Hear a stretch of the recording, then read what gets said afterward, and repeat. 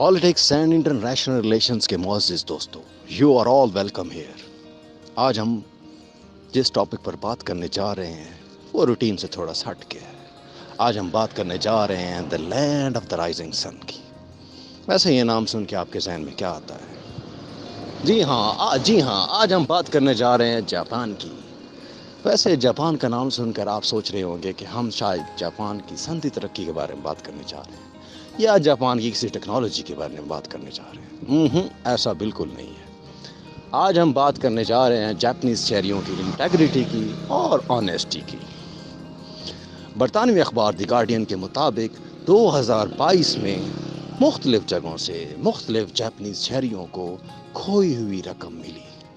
یہ رقم ان لوگوں کی تھی جو شاید بھول گئے تھے کہیں کسی بیگ میں یا کسی جگہ پہ۔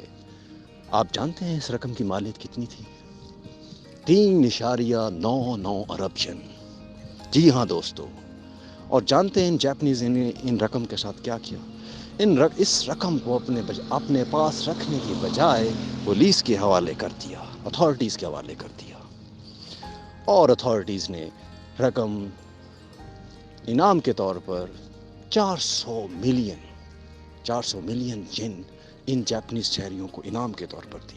لیکن انہوں نے یہ رقم اپنے پاس رکھنے کی بجائے اچھے